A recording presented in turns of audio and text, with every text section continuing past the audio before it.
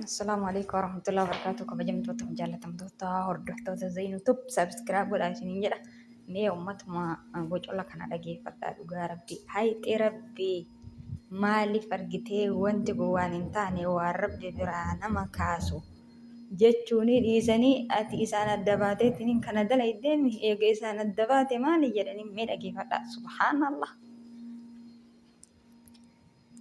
Wanni dhiira baalee wal ficcisiise takka illee hin jiru. Wanni isin gammachiisu takka illee hin jiru. Anaaf jaarsa kiyya waliin jiraataa turre erga adda baane waggaa takka geennee jirra. Warri as jala deemee na arrabsu osoo jaarsa qabdu maaliif akkana wali jettan jechuu. Koy hayyee. Itti fufi lubbas. Anaafin erga wal lollee waggaa takka. Hayyee. Mee faawul na dhiisi. Hayyee. Maali waan iccitii keessan beekne namni akkanumaa naasaadhaa baran. Okay. Achi booda hoo? Isaa kana wal loltanii ila koy osoo isa wajjin jirtu waan kana dalan isaan addaan baachee dalaydee jechuutu waan kana.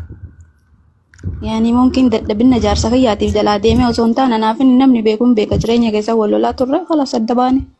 Waggaa tokko jechuun anaafin adda baane. Dubbiin kun egaa taa'ame immoo baatii 3 baramma. Okay. Inni biyya galee jennaan baatii 3 isa obsuu dhabdee biraa deemte jedhan kijibaa. Okay, koy lubbu koy ati waan feetee balleessan si faana jira koy. Ila kasin jedhu edaa ati osoo inni si maddi jiru osoo hin ta'in erga isaan gargar baatee waan kana akkana dalaydee jechuudha gongortee jechuudha.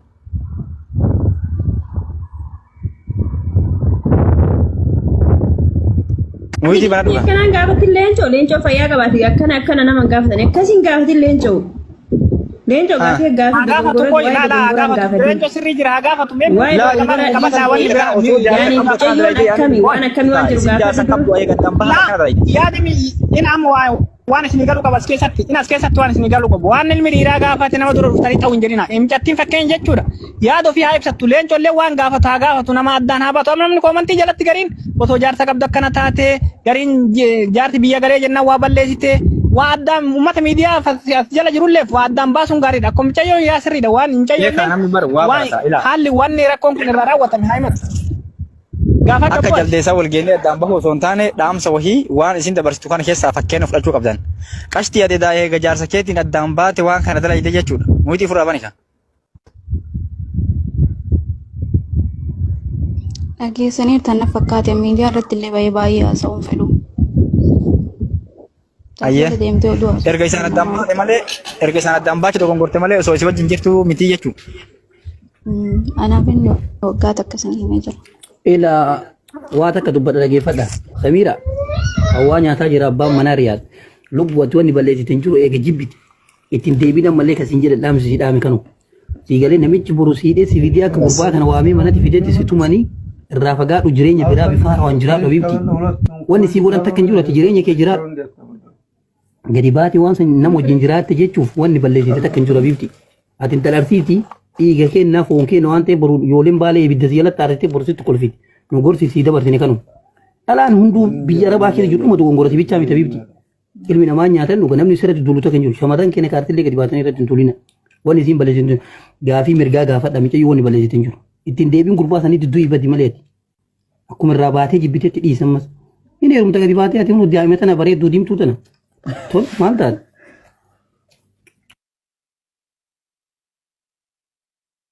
Kiyyaa yoo akkana jettu gurraatti maal wanni hin jettu ree nama fakkeenya jechuudha. Ina mucayyoo atillee na Samiira amma namni bara badii sirra kaayaa jiru tokkomtuu hin jiru ati waan sirra ga'e waggaa tokko barbaadde waggaa lama taate akkaataa itti addaan baatan akkaataa itti rakkoon kun sirra ga'e ummanni garan taane maqaasi xureessaa jira garan taane maqaasi balleessaa jirallee barbaaddu ninni nikaasi irraa qabaatee mana tokko keessa wajjaa jiraattani barbaaddu jireenya keessa wajjoofadha waggaa heddullee addaan tura amma haalli namni itti fudhatuu fi haalli ati meemuti irratti qaba haalli namni itti si fudhataa jiruu fi haalli ati fakkeenya jechuudha rakkoon kun itti sirra ga'e akka biraati kanumaa ummata addaan baasitii waan jiru addaan barsiisaniin alatti immootu rakkoon biraa akka sirra hin geenye dhanullee si jajjabeessaa jirra malee waan biraatiif himati waan kana gaarii dalaydee fi miti beeki waan sii galuu qabu nu waan fakkeenya jechuudha wanni kuni dogongorallee haa taatu dogongorummallee haa taatu amma booda dogongora hin taanetti dogongora biraatitti akka hin deemine dogongora biraatitti akka hin deemine jechuun kiyya gurbaa sanitti deebitee yookaan jaartummallee haa taatu yookaan nama birallee sitti erganii haa taatu. السلام عليكم ورحمة الله وبركاته. وعليكم السلام ورحمة الله وبركاته. Waalaikum salam warahmatullahi. جيرتو كموندي كيسانو فيا. Nagaa.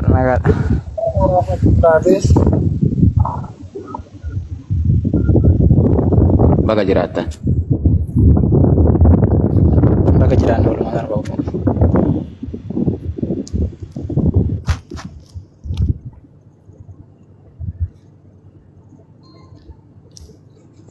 Yaada qabda waan kana. أيه.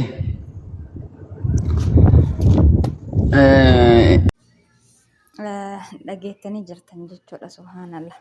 Mee zinaan kun rabbiin biratti waan akka rabbiin jibbuurraa zinaadha jechuudha.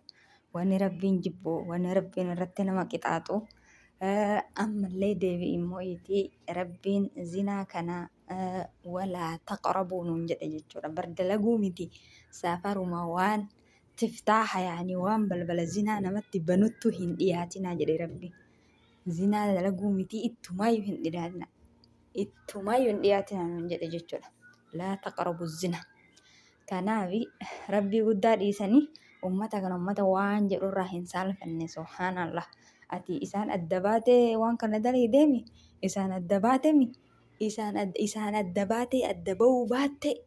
Maa isaa yoo adda bahaniitiin hin jedhanii zinaa yoo dalagan halaali. يا ربي أستغفر الله العظيم استغفر الله العظيم أمان دبدي جرا حاسة الرهين قامتو ربي قد الرهين قامتو انتالتي تون إسان الدبهي وقاتو كوغيني جرود إسان الدباني جت إسان يو الدباتي طيب نرابو سيجتيني ما هي نيرمتو كبراتي يو كان يجول مالتو بديها غنقو كان بدي دلن سورة بينامت بدو كان isii gahe jechuudha. Maaltu kanaan isii gahe? Sirrii miti wanti akkanaa jechuudha. Uftii sun barbaachisaadha. Namni zinaa dalagu ammallee wallaahi alazim namni zinaa dalagu tokko intala zinaa dalaydu malee hin fuudhu. Intalti zinaa dalaydu gurbaa zinaa dalagu malee ittiin heerumtu. Kuni rabbi guddatu jedhe. Isinii galee laali kuni badii guddaa zinaa jechuun ka argitee balbala kasaaraa namatti balbala riskii namarraa cufu wanni akka zinaa hin jiru jechuudha. Zinaadhaa rabbiin isin haa tiisu obboleeyyantiya. Waan akkana waan dubbatan sirrii miti waan dubbatan keessatti adabaan haasa'uun afaan ofii adaba itti godhuun baay'ee barbaachisaadha. Isaan adda baatee dalay deemi jechuun maa hin aanii waan akka gurufaa gaafii intala gaafatu sanna harsee hin jiru. jechuudha subhaanallah isaa yoo adda baate yaa'anii aadiidha waan kana dalagu hasbi allah wa ni'mal wakiil wallaahi lazimii osoo rabbii ofii sodaatanii guyyaan asirraa deeman hin beekamu rabbiin kun barsattaraadha osoo warruma zinaa dalaguun achumaan hambise walirratti fadihaan mee rabbiin kun bar wallaahi lazim yoo badii dalaynes yoo homa feene isatti balleessinillee rabbiin kenna nu obseetuma tooyibama bichaa nurra barbaada. Tooyibama namni kun of dhaqqabinnaa jedheetuma fursaa nuu kenna jechuudha. Garuu salphisuu hin wallaalle rabbi. Wallaahi lazi Allah. Hafuurri kenna kun kaasii ol bahee gaddeebi'u kun osoo ol bahuu dadhabe yookiin gaddeebi'uu dadhabe hagam jarjar hagam taane. Mee rabbiin kun osoo musiibaa wayii achitti nutti buuse maal abbaa kennaa taana fadihaa.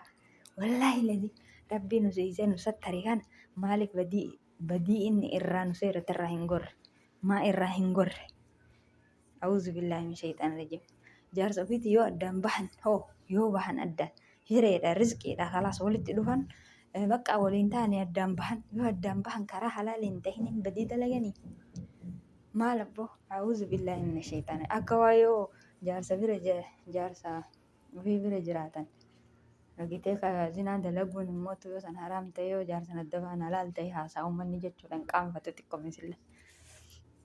Magan yaa rabbii kee na baase ati yaa rabbi na baase. Uummata kana wallaahi rabbuma guddatti waan himatu taa'u. Irratti jajjabeessaa bara ofuufuuf dhageettanii ati isatti hin deebi'ini akka barbaadde Amma booda maali akka barbaadden maalinni akka barbaadden maa'in rabbiin irraa goraa nuun jedhe. Wanni kun haraama wanni kun azaaba isin galcha wanna kanarraa goraa jedhe rabbiin nu seeratee jira badii hagana ga'u kanarra. Aslan indom intalli takka ta zinaa dalayti wallaahi ta heerumtee zinaa dalayti akka rabbiititti jechuudha. Akka quraana keessa jirutti har'a laali mormaa gadi awwaalanii dhagaan isii cafacafanii afaan isii kana keessa ilkaan irraa yaasanii duniyaarraa isii galchanii gadi awwaalan jechuudha. Dhiirtis akkasuma. Har'a mootu inumaa irratti jajjabeessan waan jabaa arganii. أعوذ بالله من الشيطان الرجيم بل هر سلا دوت إزين دنيا رنجرتو والله دنيا رنجرتو سلا دنيا رنجرتو أسو سير ربي تنبولا ميجتشو إسينا هر دوت جرتي سلا قطعم تمر ميسي كن چاچابي إلكان كيسات دچاي دوت جرتي غربا في سلين جتشو سلا هيرمتي المو قبدي ميبو